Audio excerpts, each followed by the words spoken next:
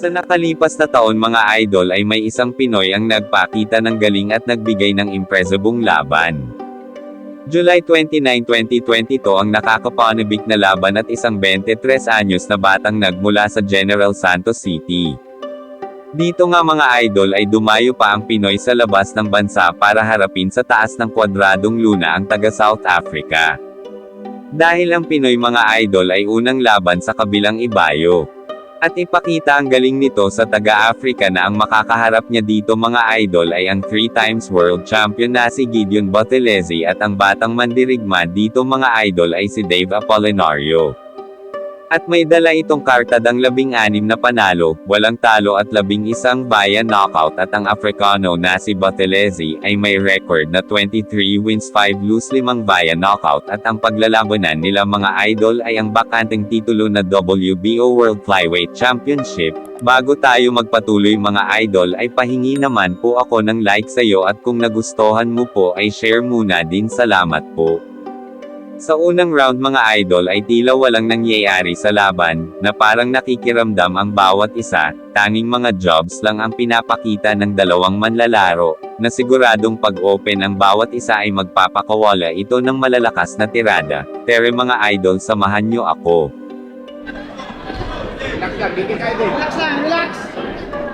Okay lang ka. Oo.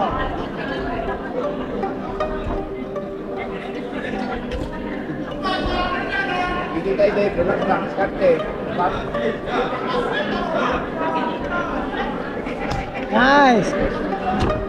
Oh. Tato to. Yaw, sa'yo pa kayo. Adisa, lato ma. Tato to. Ayan, dalawa na kas kabiterano na. Unig jab, unig jab. Oh, na lang.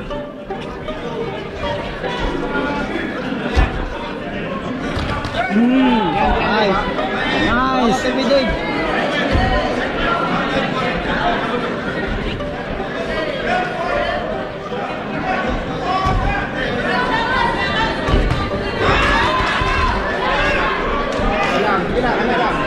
Diskarte lang sa. Padala. Dusi ka raw na, isa. Patay ka. Buti na lang, plus. Ay, si Kalaw diridig. Kalit mo jab, pintok, nice!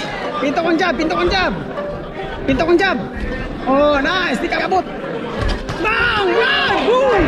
Woo!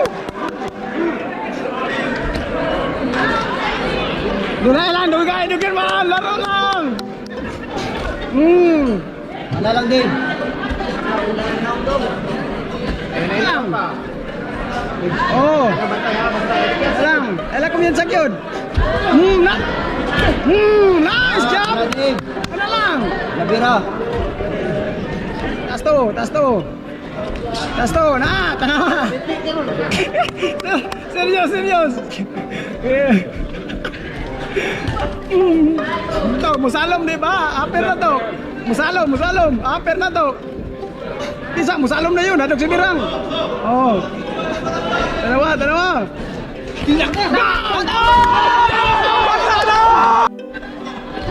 Relax lang, bigyan kayo din. Relax lang, relax. Okay lang ka. Oo.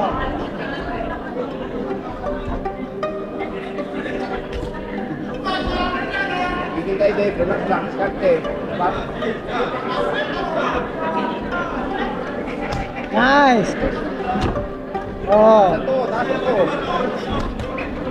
Yaw, sa'yo pa kayo. Adisa, lato ma. Tato to. Ayan, dalawa na kas kabiterano na. Unig jab. Oh, na lang.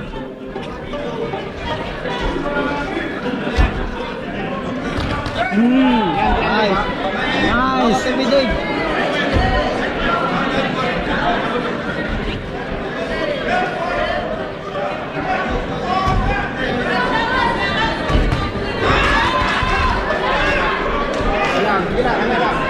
Diskarte lang sa. Padala. Dusi ka raw na, isa. Patay ka. Buti na lang, plus. Ay, si Kalaw diridig. Kalit mo jab, pintok, nice! Pintok ang jab. Pintok ang jab. Oh, nice. Di kakabot. Bang! Right! Woo! Woo! Dugay lang, dugay, dugay man. Laro lang. Wala lang din. Lang. Oh. Lang. Ela kumpiyansa gyud. Na. Nice job. Wala din. Ano lang? Labira. Tas to, tas to. Tas to, na, tanawa. Serius, serius. To, musalom di ba? Aper na to. Musalom, musalom. Aper na to. Bisa, musalom na yun. Hadog si Mirang. Oh. Tanawa, tanawa.